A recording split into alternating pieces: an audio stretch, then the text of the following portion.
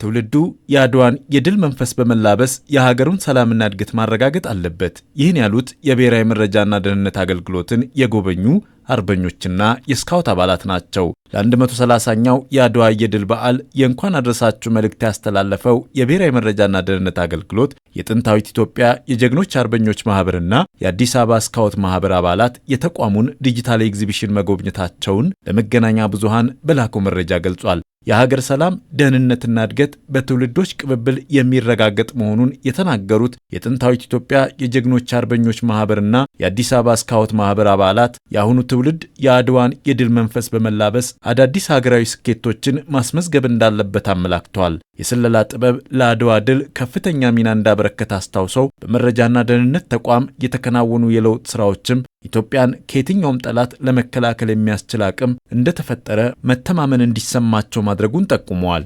አድዋ ምንድነው ያስተማረን?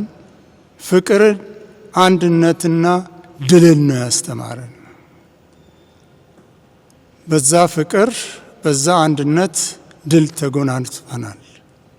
ያን ድል ብቻ አድዋ አለ ብሎ ደግሞ መኖር ብቻ በቂ አይደለም።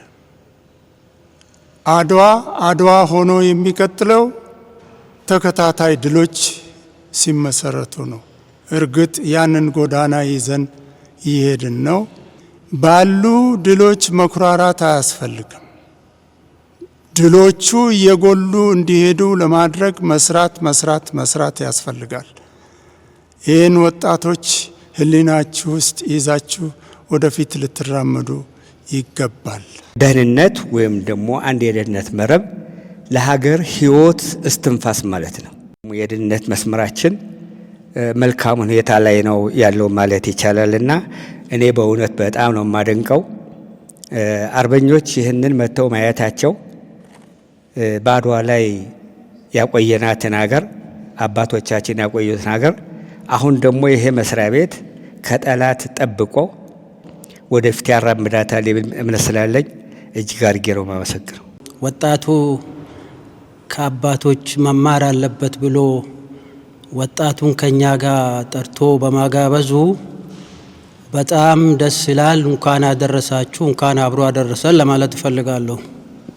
ሪፎርሙ በሁሉም መንገድ ሄዶ ነው በማንኛውም አቅጣጫ ሀገራችን ዛሬ ያለችበት ከስጋት ነፃ የሚያደርጋት አካሄዶች መኖሩን በማየቴ እኔ በጣም ነው ደስ ያለኝ። የአዲስ አበባ ስካውት ማህበር አባል የሆኑት ተማሪዎችም የኢትዮጵያ ባለውለታ የሆኑ አርበኞች ስለከፈሉት መስዋዕትነትና ስላስረከቧቸው ነፃ ሀገር በማመስገን የተሰጣቸውን አደራ ለመወጣት ዝግጁ መሆናቸውንም ተናግረዋል። የኋላ ታሪካችንን ሳናቅ እዚህ መድረስ አንችልም።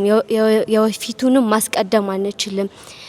ስለዛ ሁላችንም እዚህ ያለን ወጣቶች በሀገራችንን ከአባቶቻችን አደራ ተቀብለናል።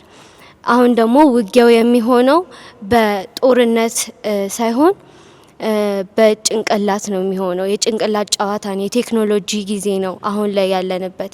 ስለዛ ዊል ኢንተለጀንት የሆነ ትውልድን ለመፍጠር የተማረው ትውልድን ለመፍጠር ሁሉም ሰው መረባረብ አለበት ብዬ አስባለሁ። እኛ ወጣቶች ደግሞ እነዚህ አርበኞቻችን ደማቸውን አፍሰው አጥንታቸውን ከስክሰው እችን ሀገር አስረክበውናል።